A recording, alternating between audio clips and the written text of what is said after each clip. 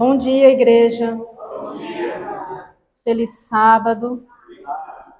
Hoje é um sábado muito especial, porque hoje nós nos programamos para trabalhar para o Senhor, amém? E além de estar na presença do Senhor, como estamos agora pela manhã, também ficaremos no momento da tarde, como o irmão anunciou aqui. Ficou alguma dúvida sobre o evangelismo feminino?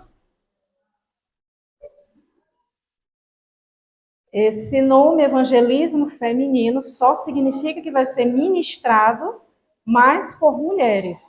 Mas nós precisamos da colaboração e da ajuda de todos. E aí será um evangelismo de todos, que esse é o nosso dever aqui na Terra. Amém? Irmãos amados, essa palavra evangelismo, ela é uma coisa que inspira responsabilidade. Antes que houvesse o evangelismo feminino e antes que houvesse qualquer ideia de evangelismo em programação, nós sabemos que nós temos o dever de ir. De ir para onde? Nós temos o dever de ir pregar, e quem nos incumbiu dessa tarefa foi o nosso mestre. Não é verdade? Quando ele disse: "Ide por todo o mundo e pregai o evangelho". Essa é uma tarefa que nós temos que imprescindivelmente, enquanto cristãos e filhos de Deus que aguardam a segunda volta do Senhor Jesus, na qual habitaremos eternamente no céu com Ele, temos que realizar. E nós estamos felizes e entusiasmados por conta disso. Tá certo? As minhas queridas irmãs ficam à vontade para estarem na congregação. Elas já oraram por mim. Muito obrigada. Certo? E nós vamos abrir a nossa Bíblia em Isaías, no capítulo 5 e o verso 20. E após encontrar, faremos uma breve oração, pedindo ao Espírito Santo que nos oriente. Amém?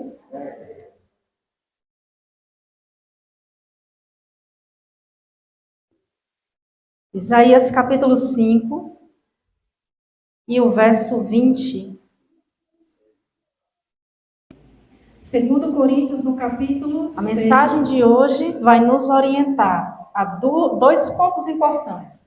O primeiro, não desistir, não nos distrair, certo? E o segundo, vai apontar para a responsabilidade que nós temos enquanto pregadores e espalhadores da mensagem do Evangelho. Isaías capítulo 5 e o verso 20. Quer ler, Júnior? Tem o microfone aqui, ó.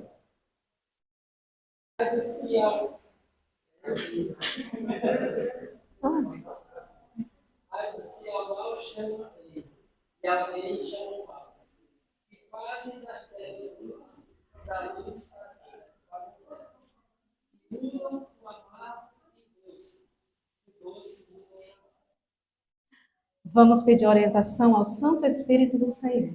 Curvemos as nossas frontes. Querido Deus amado, te pedimos muito intrigante, Pai querido, o texto que nós lemos agora. De que maneira, Senhor, nós podemos tornar o que é doce e amargo? De que maneira, Senhor, nós podemos subverter as coisas para que elas não sejam entendidas, para que não sejam compreendidas ou para que não sejam realizadas como deveriam? Te pedimos a tua orientação em o nome de Jesus, o todo-poderoso nome de Jesus. Amém. Amados, há um tempo atrás, nós estamos há muitos séculos, os cristãos, os filhos de Deus, estão há muitos séculos aqui na Terra evangelizando. E há muito tempo atrás, esse evangelho começou quando nós saímos das trevas para a luz. Até então o mundo estava vivendo trevas, Desde a época do Edito de Constantino, o mundo começou a viver trevas a partir de um engano. E esse engano foi se desdobrando, foi se transformando e acabaram se juntando a ele outros enganos que fizeram com que a humanidade ficasse mergulhada em trevas. Mas graças a Deus que o nosso mestre não nos permite se manter dessa maneira. E nós somos orientados da parte do Senhor. E o Senhor levantou na terra homens que se opuseram contra a mentira, contra o engano. E por conta desse trabalho maravilhoso, guiado pelo Santo Espírito de Deus, com muito poder, a verdade chegou até nós e hoje nós conhecemos como nenhuma outra era, como em nenhuma outra época, nós conhecemos a verdade da parte do Senhor. Amém? A verdade que é o Evangelho Santo e que nos levará à eternidade, por meio da salvação da graça de Cristo. Por isso nós vamos ler um pequeno texto e eu gostaria que você desse bastante atenção. A escuridade espiritual não acontece por causa de um afastamento arbitrário da divina graça de Deus, mas porque homens e mulheres rejeitam a luz pelo envolvimento com o mundo e esquecimento de Deus. O povo judeu ignorou o advento do Messias em sua descrença, rejeitou o Redentor. Mesmo assim, Deus não retirou da nação judaica as bênçãos da salvação. Mas aqueles que rejeitam a verdade fazem das trevas luz e da luz trevas.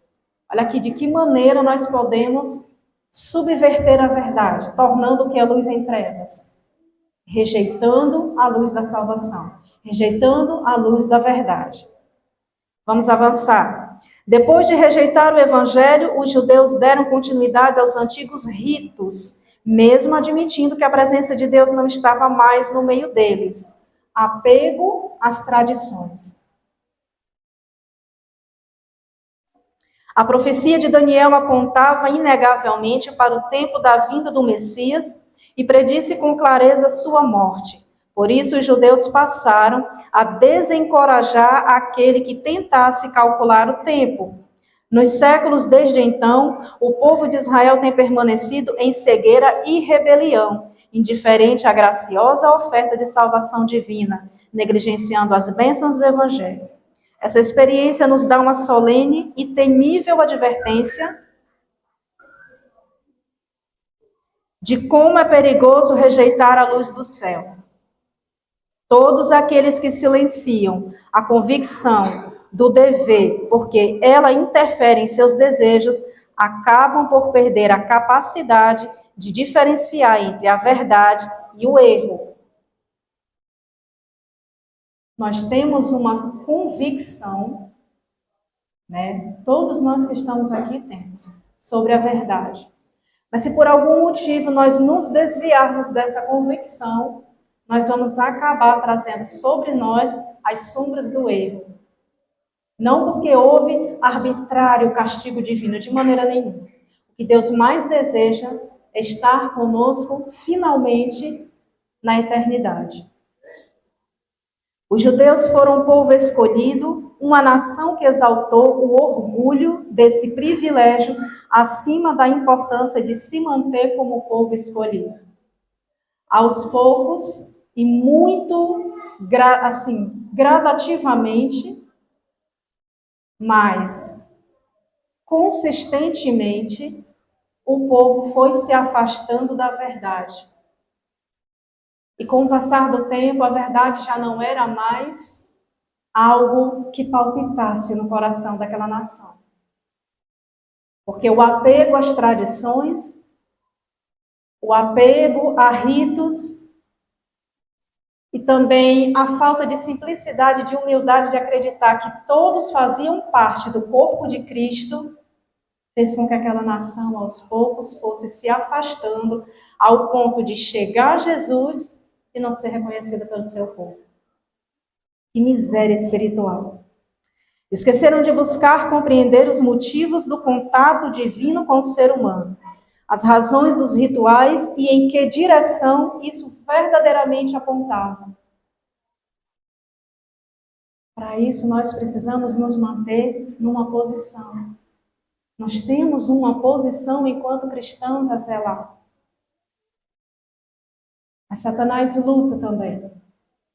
Assim como nós lutamos para que um dia nós estejamos na eternidade com o Senhor e possamos vencer as adversidades da terra, acredite, Satanás luta também. E assim, ele vai fazendo com que nós fiquemos distraídos. Você lembra da historinha de João e Maria? Que saem, vão marcando um caminho com um pãozinho, para eles poderem voltar.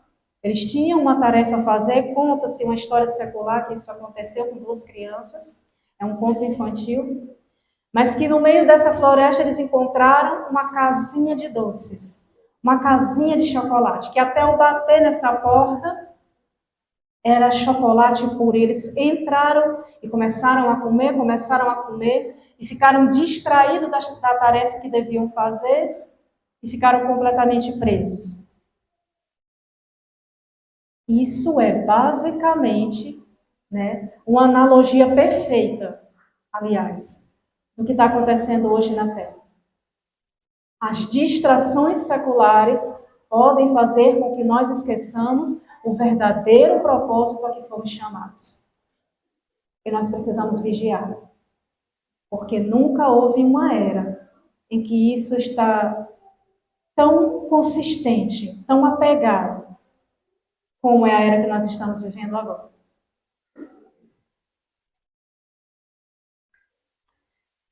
Acabaram enxergando em si mesmos merecimento. Aos poucos foram desprendendo de si a essência da salvação e a vinda do Messias que poderia atrapalhar seus planos. E então isso caiu em total esquecimento. É assim que esquece, é aos poucos, não é da noite para o dia. É por isso que nós não acreditamos que vamos esquecer. Mas o Senhor também trabalha por nós. E agarrados ao braço de Cristo, nós podemos vencer qualquer situação, independente da dificuldade. Quando essas igrejas começaram, elas se posicionaram com toda a nobreza em prol da verdade, e a bênção de Deus estava com elas. Entretanto, caíram por causa do mesmo desejo que arruinou Israel, a vontade de imitar as práticas dos descrentes e de conquistar sua amizade. O mundo, como eu disse aqui no início, completamente em trevas. Levantaram-se os reformadores. Cada reformador começou a dizer isso não é verdade. E começou a envolver a humanidade na luz novamente. Assim, as pessoas foram despertando para a luz. Mas será que saíram completamente libertas da igreja de Roma? Aos poucos, aquelas igrejas que foram crescendo, as igrejas protestantes, elas foram se envolvendo novamente em situações mundanas. Elas foram se apegando novamente a deslizes de Roma, a tradições que não queriam abandonar e superstições. Irmãos, para que nós sejamos chamados a atenção para a luz, nós precisamos de um esforço.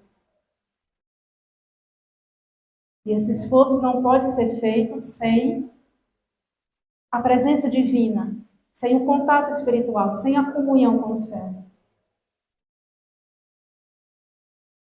A igreja de Deus caiu porque não valorizou o plano da salvação e não exaltou a Cristo em sua simplicidade.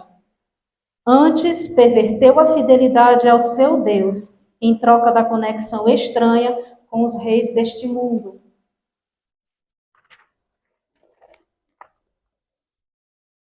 Dessa maneira, rejeitou a mensagem simples do Evangelho, tornando-se semelhante ao paganismo. Assim, os pagãos aceitaram o cristianismo com mais facilidade. Olha só de que maneira que a igreja esqueceu-se dos seus princípios completamente e muito facilmente aceitou o paganismo. Tanto na época em que saiu o edito de Constantino para que houvesse essa mudança radical na igreja, na casa de Deus, e também poucos anos depois, alguns séculos, na verdade, depois da Reforma Protestante.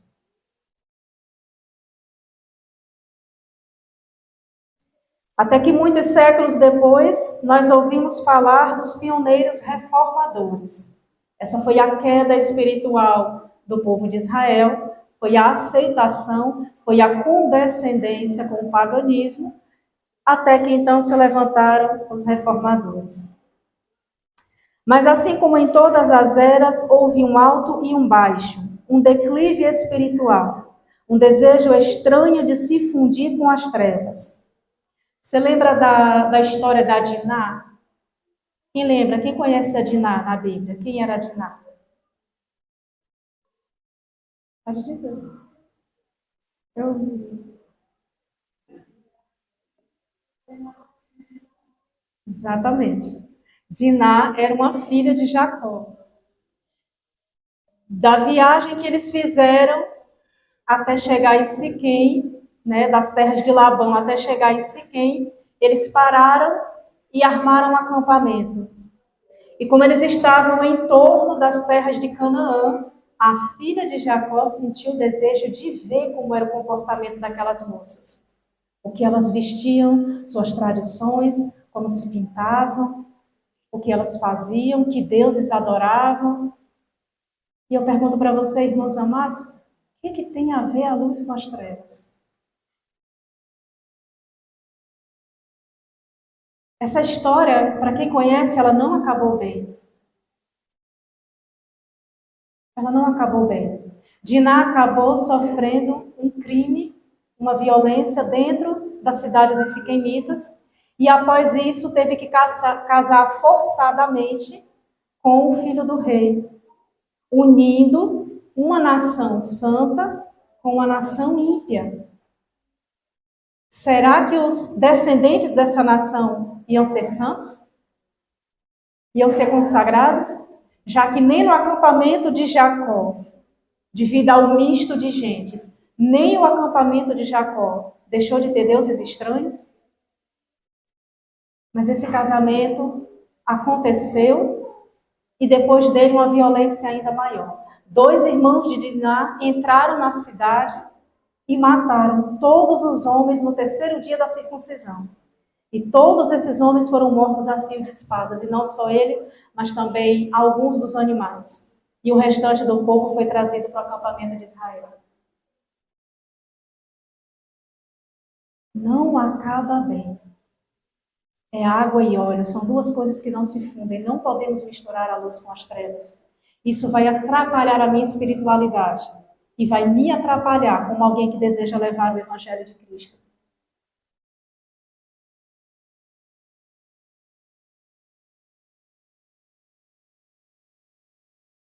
Irmãos, abra sua Bíblia, por favor, em 2 Coríntios, capítulo 6.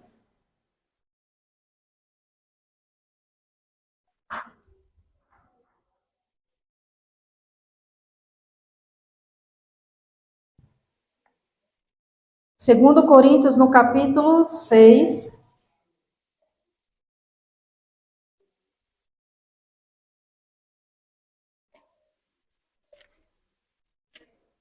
Amém? Capítulo 6, do verso 14 até, vamos ler até o 18. Todos acharam?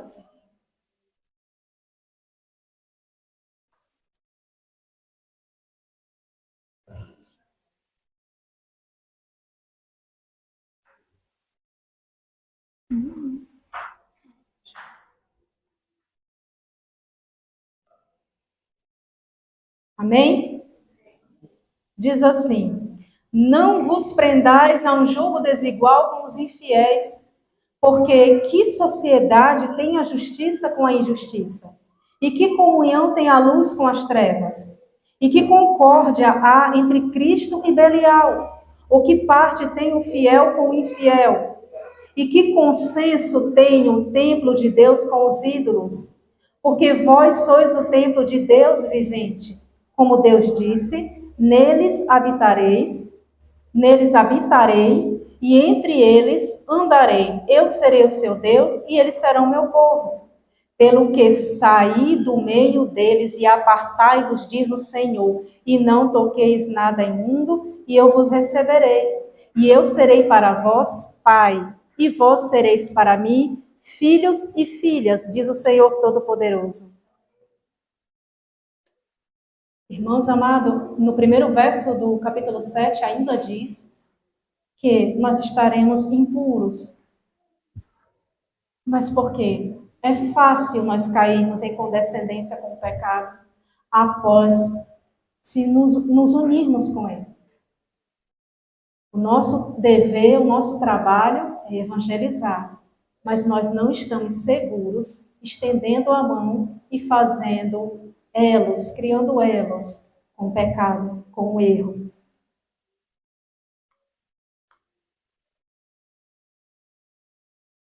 Vocês são filhos da luz, são filhos do dia. 1 Tessalonicenses 5,45 diz. Amados, depois que passa esse tempo de apostasia espiritual, nós conhecemos a história de um reformador, depois de muitas histórias sobre reforma, conhecemos também um reformador chamado Guilherme Miller. E ele foi zombado. Alguém gostaria de dizer o motivo pelo qual Guilherme Miller foi zombado? Guilherme Miller comoveu muita gente com uma mensagem, mas ele também cometeu um equívoco. Algumas pessoas gostam de dizer que Guilherme Miller errou o evento. Será que isso é verdade? Guilherme Miller, um reformador, um dos pioneiros da Igreja Adventista do Sétimo Dia, as pessoas dizem que ele cometeu um erro em relação ao evento. Irmãos, cai melhor você dizer que ele errou o dia da volta do Senhor Jesus. Mas a mensagem que foi pregada por Guilherme Miller tinha ultrapassado o ano de 1798.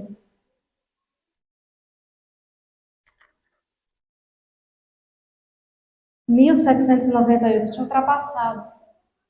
O rolo do livro de Daniel já poderia ser aberto. Paulo não pregou sobre a segunda volta de Cristo. Não exatamente para aquela época. E um dos reformadores também chegou a dizer, ele está voltando daqui a uns 300, 400 anos, como foi Martinho Lutero.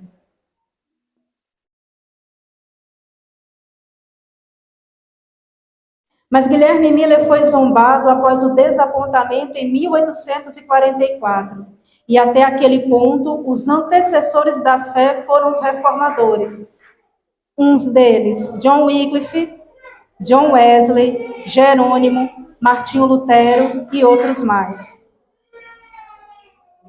Com sangue, dificuldades e à custa da própria vida, defenderam a verdade.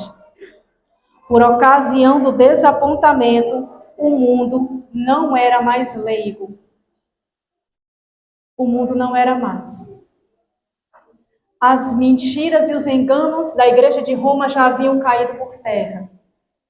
E o mundo não estava mais leigo com relação à verdade.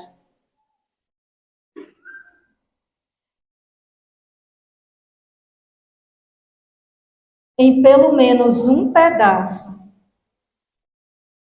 a Igreja de Roma já havia sido desmascarada, o que abriu caminho para que nós, estudando, pudéssemos desmascará-la por completo. E alguns estudantes da Bíblia tiveram sucesso em fazer isso. Se após essa conquista a humanidade tivesse permanecido de pé diante da verdade, Guilherme Miller e os pioneiros não teriam sido ridicularizados.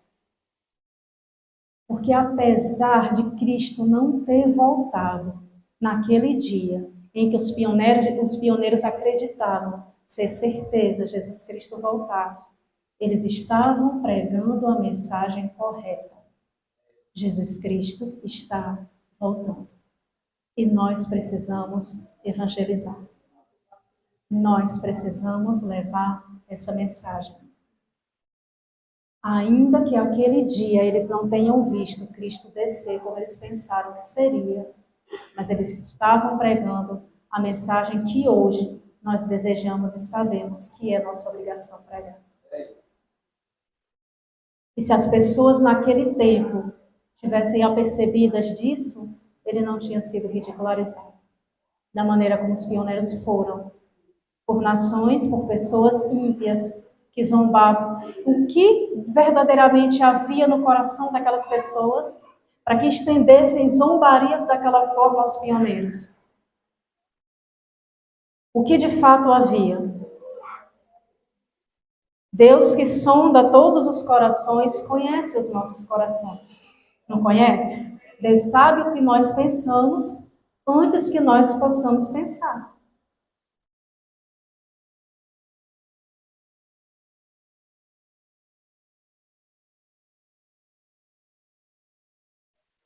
Ainda que ninguém soubesse o dia e nem a hora, tomou conta de muitos naquela época esse pensamento. Ninguém sabe o dia e nem a hora, e a Bíblia não diz que nós devemos falar sobre o dia ou a hora da volta de Jesus, muito pelo contrário. A Bíblia é contrária a isso, dizendo que nós não devemos marcar o dia ou a hora.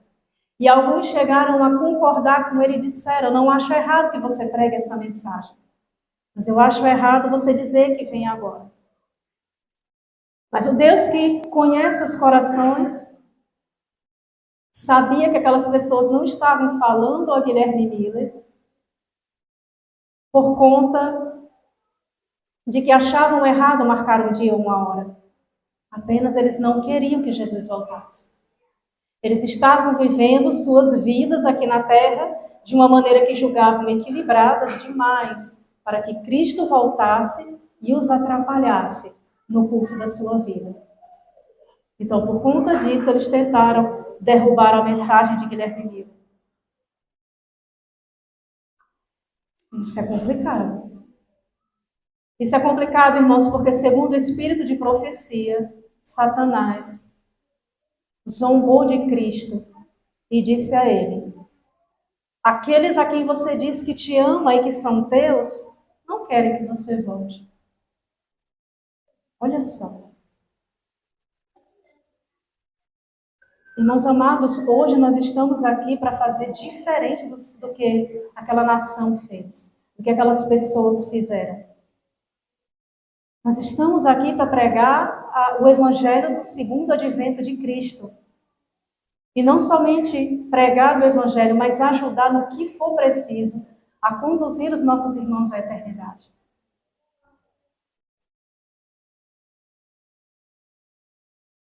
O que aquelas pessoas tinham, na verdade, era medo de encontrar o seu Senhor, né? Que era também o Redentor. Jesus está voltando, pregavam os pioneiros. E essa mensagem estava autorizada desde 1798. Desde esse ano, o selo do livro de Daniel foi removido. Erraram no dia, mas não erraram na mensagem. Nós precisamos ter o mesmo calor e o desejo no coração que tiveram as pessoas que se levantaram com coragem para falar da volta de Jesus. Não julguemos que a nossa época está mais fácil do que em épocas passadas, porque não está.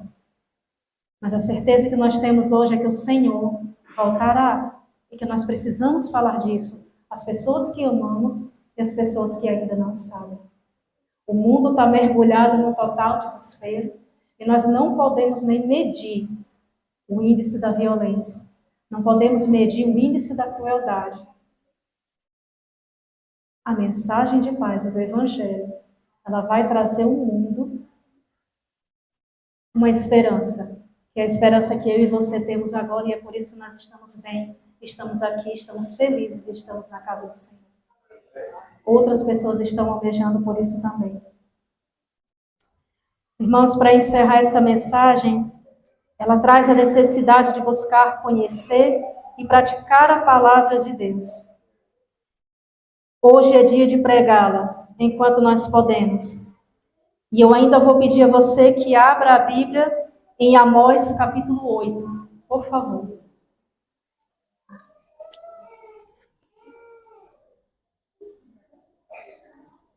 Amós, no capítulo 8, verso 11 e o 12. Quem gostaria de ler? Quem gostaria de pegar um microfone e ler, para que a igreja ouvisse?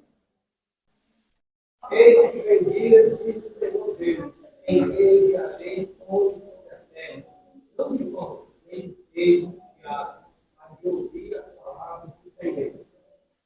Andarão de mar a mar, e do norte até o oriente, correrão por toda parte, procurando a palavra do Senhor, e não acharão.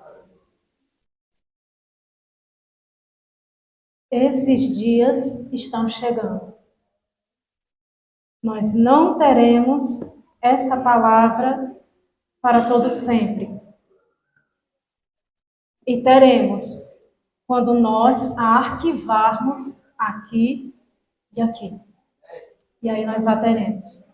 Mas o Espírito de profecia ainda vai além, dizendo que muitas pessoas trocarão suas propriedades, trocarão seus veículos, trocarão tudo que tem por uma palavra. Para que você possa chegar àquela pessoa e dizer a ela uma palavra de consolo, de esperança. Irmãos, esse será um momento do tarde demais. Enquanto você pode, no dia de hoje, pregue a palavra do Senhor. Não fique apático a esse evangelismo que vai acontecer. Ajude da maneira como você puder. Leve a mensagem. Existe alguém que está esperando por você. Existe alguém que está esperando pela sua ajuda. E para além disso, nós estamos cumprindo a tarefa que nós temos. Que Deus nos ajude, nos oriente e nos faça caminhar na direção do céu, obedecendo ao desejo do nosso Senhor Jesus Cristo. Amém. Tem um louvor? A irmã Sandrinha vai cantar. Ela canta. Eu não sabe. Ui, segura aqui o nome. Obrigados foram a escolher renunciar à fé ou então morrer.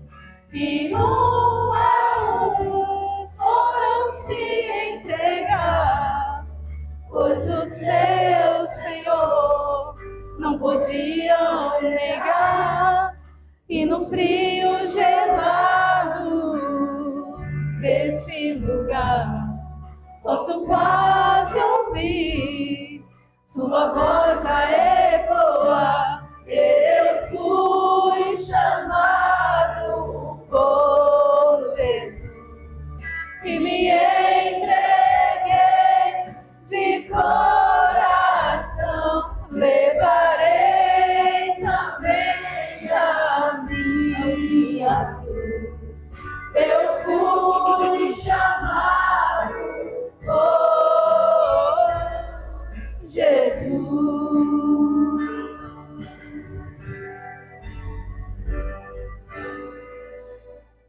Os anos que vão e o tempo passou, mas a sua causa não morreu. Agora é nossa vez de abraçar a cruz, renunciar ao mundo e seguir Jesus. E um a um vamos nos entregar, pois a nossa vida depois desse altar, pois quando o céu se abrir e a trombeta soar, estaremos juntos a exclamar: eu fui chamado por Jesus e me entreguei de coração. Levarei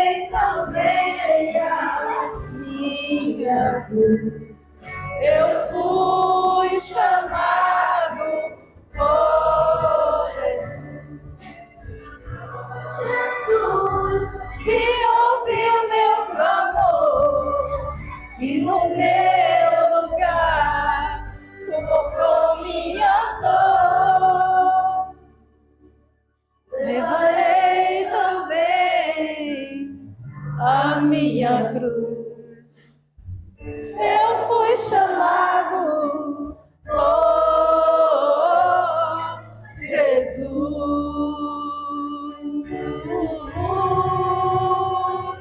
Eu fui chamado por Jesus e me entreguei de coração.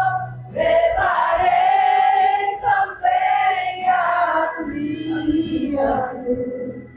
Eu fui chamado por Jesus. Eu fui chamado por Jesus. E me entreguei de coração. Levarei também a minha Estamos na hora. Vem nos encher, Espírito Santo. Vem usar a nossa vida, meu Deus. Para que possamos, Senhor, alagar o teu coração. Salvar o perdido, Senhor. E há um serviço que o Senhor nos chamou. Espírito Santo da verdade. de coração. Levarei também a minha. Eu fui chamado por Jesus. Amém? Meus irmãos, aqueles que quiserem dar as mãos conosco, 3h20, 3h40, nós estejamos aqui para a gente sair junto para e plantar, plantar, porque tudo que se planta no terreno regado pelo Espírito Santo, com a nossa fé, com o amor de Deus no nosso coração, não há como ter fruto. Amém. Olha só que reavivamento. Que reavivamento, né? Movemos as nossas frontes e vamos pedir ao nosso Deus que nos ajude. Querido Pai Celeste, de fontes curvadas, Senhor, em respeito à Tua autoridade, nós, os Teus filhos, Senhor, que fomos chamados de mensageiros, anjos, Senhor, que voarão, levando rapidamente essa mensagem, Senhor, a todos aqueles que um dia encontraremos na eternidade. Estamos aqui, Senhor, aos Teus pés. Em total honraria, Senhor, estamos diante do trono da graça, te pedindo, ó Pai querido, que o Senhor nos ajude.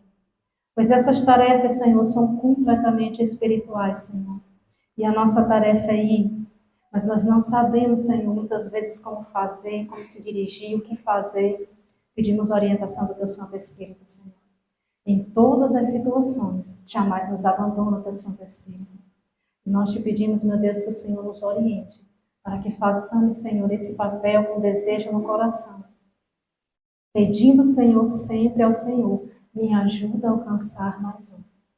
Ó Pai querido, nos acompanha aos nossos lares, Senhor.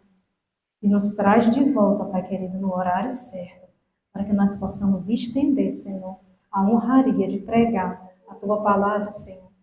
Para que sejamos testemunho para todo o universo de que estamos aqui para Te obedecer em meio ao mundo cruel, Senhor.